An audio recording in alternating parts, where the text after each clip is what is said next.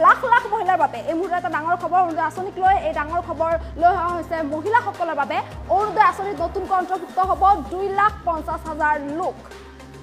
নতুনকৈ 2.5 লাখ লোকে অৰুণোদয় আঁচনি লাভ কৰিবলৈ সক্ষম হ'ব আৰু ৰেচন কাৰ্ড লাভ কৰা প্ৰতিগৰাকী মহিলাই লাভ কৰিব অৰুণোদয় আঁচনি অৰুণোদয় আঁচনিৰ হিতাধিকাৰীয়ে লাভ কৰিব প্ৰধানমন্ত্ৰী বীমা সুবিধা আঁচনি যিসকল অৰুণোদয় আঁচনিৰ হিতাধিকাৰী তেওঁলোকে প্ৰধানমন্ত্ৰী বীমা সুবিধাৰ আঁচনি লাভ কৰিব এই আঁচনিৰ বাবে বাজেটত ধাৰ্য কৰা হৈছে 3,000 কোটি টকা মহিলাসকলৰ বাবে মুহূৰ্তৰ এটা ডাঙৰ খবৰ সৰ্বমুঠ 30 লাখ লোকে লাভ কৰিব অৰুণোদয় আঁচনি কিদৰে কৰিব লাগিব আবেদন যেহেতু অৰুণোদয় আঁচনি লাভ কৰিব নতুনকৈ 2,50,000 লোকক অন্তৰ্ভুক্ত কৰা হ'ব তেনেস্থলত আপুনি কিদৰে আবেদন কৰিব আবেদন কৰাৰ বাবে লাগিব আপোনাৰ আধাৰ কাৰ্ড ৰেচন কাৰ্ড এই সমূহ নথিপত্ৰ আপোনাৰ প্ৰয়োজন হ'ব আপোনাৰ আধাৰ কাৰ্ডখন আপোনাৰ ৰেচন কাৰ্ডখন প্ৰয়োজন হ'ব আধাৰ কাৰ্ডৰ সৈতে সংযুক্ত আপোনাৰ বেংক পাছবুকখন প্ৰয়োজন হ'ব আবেদনৰ বাবে প্ৰপত্ৰ পূৰণৰ সময়ত আপুনি অত্যন্ত সাৱধান হৈ পূৰণ কৰিব লাগিব যাতে ভুল নহয় সেইটো আপুনি লক্ষ্য ৰাখিব কিয়নো ভুল হ'লে আপোনাৰ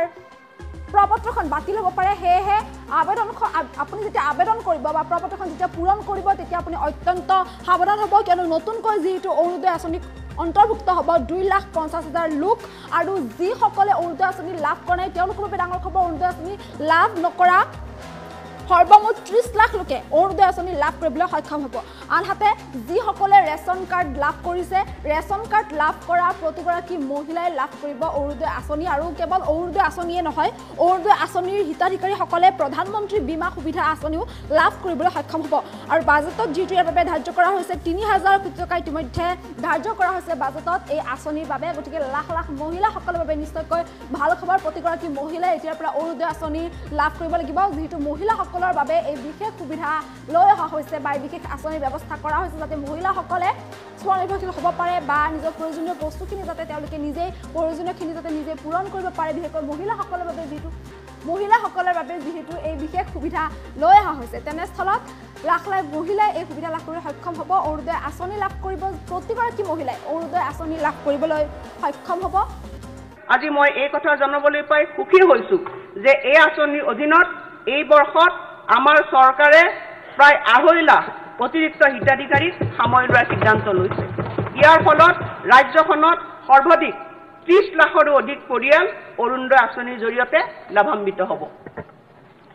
চৰাইদেউ আৰু বিশ্বনাথ জিলাত পাইলট ভিত্তিক অৰুণোদয়ৰ সৈতে ৰেচন কাৰ্ড সংলগ্নকৰণৰ দ্বাৰা ৰাষ্ট্ৰীয় খাদ্য সুৰক্ষা আইনৰ সকলো হিতাধিকাৰী পৰিয়ালে অৰুণোদয় আঁচনিৰ আওতালৈ অনাৰ দিশত প্ৰয়াস চলাম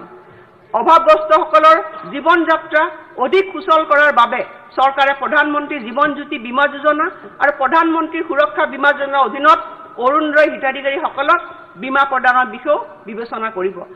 মই এই আঁচনিৰ বাবে বাজেটত 3,800 কোটি টকা ধাৰ্য কৰিছোঁ আজি মই এই কথা জনাবলৈ পাই সুখী হৈছোঁ যে এই আঁচনিৰ অধীনত এই বৰ্ষত আমাৰ চৰকাৰে প্ৰায় 2.5 লাখ অতিৰিক্ত হিতাধিকাৰীক সামৰি লোৱাৰ সিদ্ধান্ত লৈছে ইয়াৰ ফলত ৰাজ্যখনত সৰ্বাধিক 30 লাখৰো অধিক পৰিয়াল অৰুণোদয় আঁচনিৰ জৰিয়তে লাভান্বিত হ'ব চৰাইদেউ আৰু বিশ্বনাথ জিলাত পাইলট ভিত্তিক অৰুণোদয়ৰ সৈতে ৰেচন কাৰ্ড সংলগ্নকৰণৰ দ্বাৰা ৰাষ্ট্ৰীয় খাদ্য সুৰক্ষা আইনৰ সকলো হিতাধিকাৰী পৰিয়ালে অৰুণোদয় আঁচনিৰ আওতালৈ অনাৰ দিশত প্ৰয়াস চলাম অভাৱগ্ৰস্তসকলৰ জীৱন যাত্ৰা অধিক সুচল কৰাৰ বাবে চৰকাৰে প্ৰধানমন্ত্ৰী জীৱন জ্যোতি বীমা যোজনা আৰু প্ৰধানমন্ত্ৰী সুৰক্ষা বীমা যোজনাৰ অধীনত অৰুণোদয় হিতাধিকাৰীসকলক বীমা প্ৰদানৰ বিষয়েও বিবেচনা কৰিব মই এই আঁচনিৰ বাবে বাজেটত 3,800 কোটি টকা ধাৰ্য কৰিছোঁ আজি মই এই কথা জনাবলৈ পাই সুখী হৈছোঁ যে এই আঁচনিৰ অধীনত এই বৰ্ষত আমাৰ চৰকাৰে প্ৰায় 2.5 লাখ অতিৰিক্ত হিতাধিকাৰীক সামৰি লোৱাৰ সিদ্ধান্ত লৈছে ইয়াৰ ফলত ৰাজ্যখনত সৰ্বাধিক 30 লাখৰো অধিক পৰিয়াল অৰুণোদয় আঁচনিৰ জৰিয়তে লাভান্বিত হ'ব চৰাইদেউ আৰু বিশ্বনাথ জিলাত পাইলট ভিত্তিক অৰুণোদয়ৰ সৈতে ৰেচন কাৰ্ড সংলগ্নকৰণৰ দ্বাৰা ৰাষ্ট্ৰীয় খাদ্য সুৰক্ষা আইনৰ সকলো হিতাধিকাৰী পৰিয়ালে অৰুণোদয় আঁচনিৰ আওতালৈ অনাৰ দিশত প্ৰয়াস চলাম অভাৱগ্ৰস্তসকলৰ জীৱন যাত্ৰা অধিক সুচল কৰাৰ বাবে চৰকাৰে প্ৰধানমন্ত্ৰী জীৱন জ্যোতি বীমা যোজনা আৰু প্ৰধানমন্ত্ৰী সুৰক্ষা বীমা যোজনাৰ অধীনত অৰুণোদয় হিতাধিকাৰীসকলক বীমা প্ৰদানৰ বিষয়েও বিবেচনা কৰিব